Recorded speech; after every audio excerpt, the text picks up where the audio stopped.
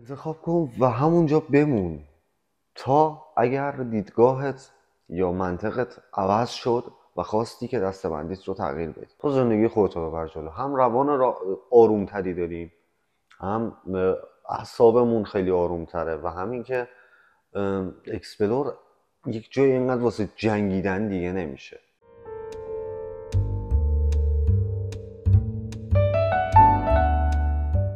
سلام، حالت چطوره؟ خیلی خوش اومدی به ویدیوی جدیدمون.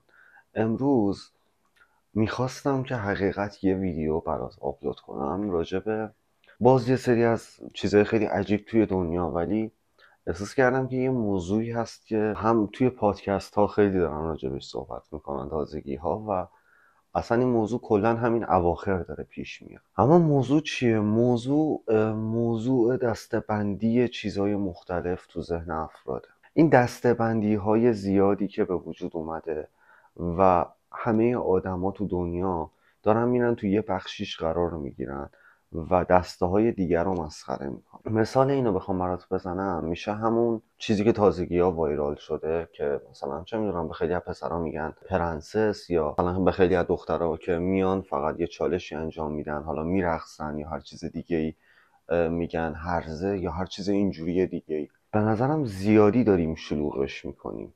میگیری چی میخوام بهت بگم؟ یعنی هر پسری که یه سری ویژگی‌ها داشته باشه پرنسس محسوب میشه، هر دختری که یه سری ویژگی‌ها داشته باشه هرزه محسوب میشه. همه دارن میرن تو این دسته. اصلا انگار سوالی دارم من نسبت به این موضوع و اون سوالم اینه که خب اون پسرایی که میان میگن که فلان دختری که اینجوری کرده هرزه است، یا دخترایی که میان میگن که مثلا پسری که اینجوری داره رفتار میکنه پرنسسه. بچه‌ها مگه تا همین چند ماه پیش شما نمیگفتین که من جونمو میدم به خاطر تار موی تو؟ نمیدونم این ور میگفتم من موهامو آزاد میکنم به خاطر آزادی. مگه این نبود قضیه؟ برنامه چیه؟ من پرنسسم، نمیدونم اون هرزه است، اون فلانه، اینه قضیه.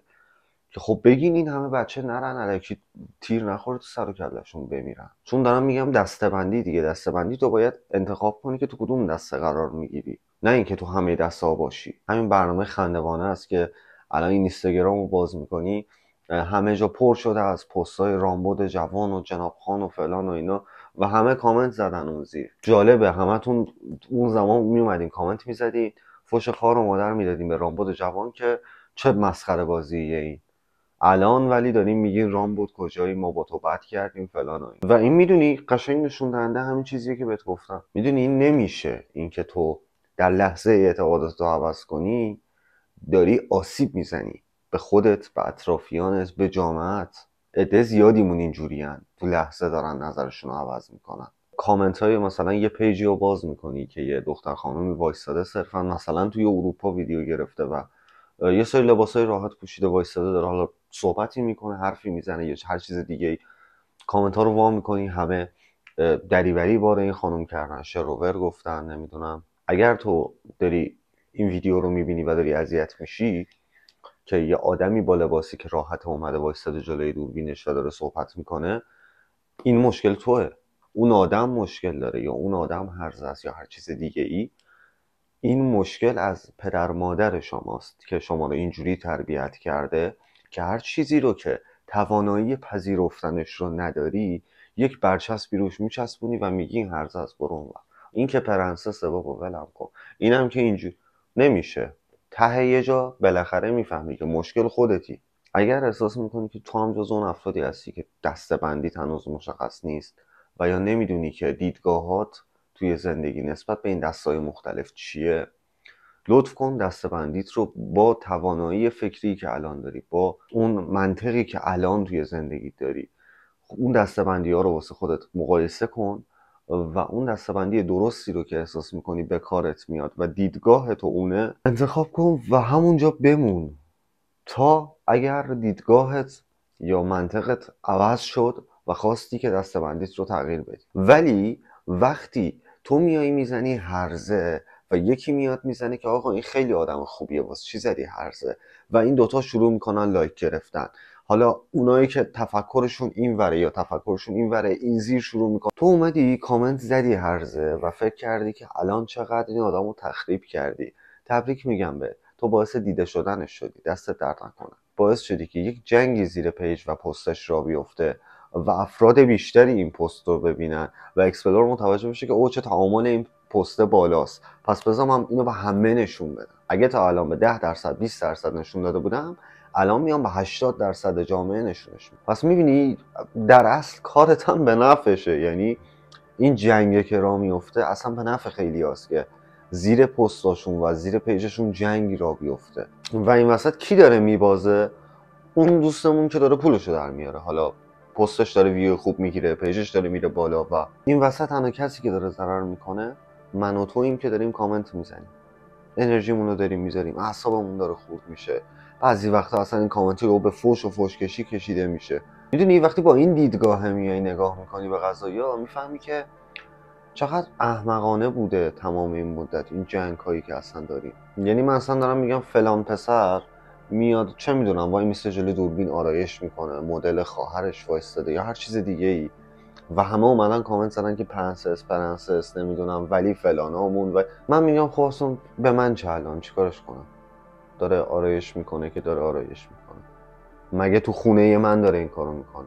مگه جلوی چشم من داره این کارو میکنه؟ خیابون ببینم میگم اوه این هم فامیل اون یاروئه که داشت آرایش میکرد، وقتی اصلا نمیدونم کیه، وقتی اصلا نمیدونم چیه، کجا زندگی میکنه، اصلا چه افکاری داره، چیکار داره. چرا باید بیام اصلا دخالت کنم توی زندگیش، یا بگم که تو پرنسسی، یا بیام بگم که آفرین چقدر کارت قشنگه؟ چرا اصلا باید همچین کاری کنم؟ اون گزینه اینستا رو میزنم، میگم آقا دیگه این پست من نمایش نده، من نمیخوام پستای این آدمو ببینم. وقتی میتونم یه گلچین تشکیل بدم توی اون اکسپلور اینستاگرام از چیزهایی که دوست دارم ببینم، خب چرا این کارو نمیکنم و میذارم که هر چیزی رو اکسپلور بهم نشون بده و اذیت میکنم خودم و روانم و اعصابم. و تو دیدگاه تو اینجوریه که آقا یه آدم یا یه مرد نباید آرایش کنه. خب وقتی این موضوع وجود داره تو دنیا، خب چرا یه کاری میکنی که هی ببینیش و اعصابت خورد شه؟ یه کاری کن تو ارتباطت با این موضوع به صفر برسه. اگر هم داره اتفاق میفته تو این جهان این قضیه، تو نبینش، تو نگاش کن، تو زندگی خودتو ببر جلو. هم روان آرومتری داریم، هم اعصابمون خیلی آرومتره، و همین که اکسپلور یک جای اینقدر واسه جنگیدن دیگه نمیشه. هر کسی تو این دنیا انگار داره اینجوری میشه که قراره بره تو دستای خیلی کوچیک افکاری قرار بگیره. هر کسی قراره بره انگار توی یکی از این دستای کوچیک قرار بگیره و این دسته ها بیافتن به جون هم دیگه. بیا من میگم بیا من و تو نریم بین اینا، چون بین این دسته قرار گرفتن به جز اعصاب خوردی و جنگ و کار بیهوده در اصل میگم، چون نمیتونی اون آدم رو حذفش کنی، نمیتونی هیچ کاریش نمیتونی بکنی. اون آدم داره زندگیشو میکنه، تولید محتواشو میکنه و همونه که هست. نظر من فقط داریم انرژی حروم میکنیم. این اگر بین بازه سنی 13 14 چه میدونم تا 18 19 سال هستی، بهت حق میدم که هیجانی برخورد کنی یا بری توی این کامنت ها، توی این پست ها یا توی این مسائل یه جبهه‌ای رو برای خودت در نظر بگیری و با جبهه مقابل شروع کنی به درگیری. کاملا طبیعیه، به خاطر اینکه سن هیجان و احساسات خیلی فراوانیه و طبیعیه که ریاکشن ها کاملا احساسی و هیجانی باشه. ولی اگر سنت اومده بالاتر از 19 20 سال و بین این بازه زمانی 20 تا 30 هستی، به نظرم خیلی مهمه که دیدگاه ها و باورهای خودت رو داشته باشی. که یک خانومی میاد جلوی تو وای میسته با لباس راحت داره صحبت میکنه، اهمیت ندی به این که اون همه کامنت زدن هرزه. تو دیدگاهت چیه نسبت به اون آدم؟ اون آدم هرزه است به دیدگاه تو؟ اون آدم فقط یه آدمه که داره صحبت میکنه و یه اطلاعاتی میده؟ اون آدم از دیدگاه تو چیه؟ به نظرم این خیلی مهمه که دیدگاه خودت رو تشکیل بدی و طبق همون بری جلو. ولش کن کامنت های خیلی برتر رو، ولش کن صحبت های نمیدونم دیگران راجع به هر موضوع. تو طبق چیزی که تجربه کردی تو زندگی چی برداشت میکنی از این قضیه؟ این خیلی مهمه. یه دوره‌ای بود همین چند ماه پیش که خیلی دوره قشنگی شده بود، مخصوصا به نظر خود من، که کامنت های هر پستی رو باز میکردی یک ایران بود و یک مردم ایران که پشت همدیگه زنجیروار داشتن از یه سری قضایا حمایت میکردن یا یه سری قضایا رو رد میکردن به عنوان یک جامعه واحد شناخته می شدیم. خیلی زود این قضیه تموم شد و دوباره شروع شد این جنگ های اینترنتی، این تفاوت عقایدها و میدونی همه اینا به نظر من در نهایت فقط داره تولید خشم و نفرت و کینه میکنه و داره کاری میکنه که اون زندگی ساده ای که ما آدما میتونیم با عشق کنار هم داشته باشیم و خراب کنه. همین اینکه من برم توی یک دسته و بگم او فلان دختر هرزه است، یا اینکه اونا برن توی دسته بگم او شما پرنسس، میدونی فقط داریم به هم نفرت میدیم بدون هیچ ثمره ای. اون زندگی راحتی که میتونستیم کنار هم دیگه داشته باشیم داریم خرابش میکنیم. حالا بیا این ورشو در نظر بگیریم که من به اون آدما نمیگم هرزه و اونا هم به من نمیگم پرنسس. چی میشه؟ هیچی، مغز جفتمون راحته، اصلا به هم ارتباطی نداریم و دخالتی نمی کنیم توی زندگی هم و هر کی داره مسیر خودشون میره جلو. به همین سادگی. به ما چه ربطی داره که کی چی جوریه کی چی جوری نیست؟ به ما چه ربطی داره که فلانی دوست داره با لباس کامل بیاد جلوی دوربین، با لباس نیمه برهنه بیاد جلوی دوربین؟ به ما چه؟ به ما چه که پسر دوست داره بره وایسته آرایش کنه؟ به ما چه که دختر موهاش معلومه؟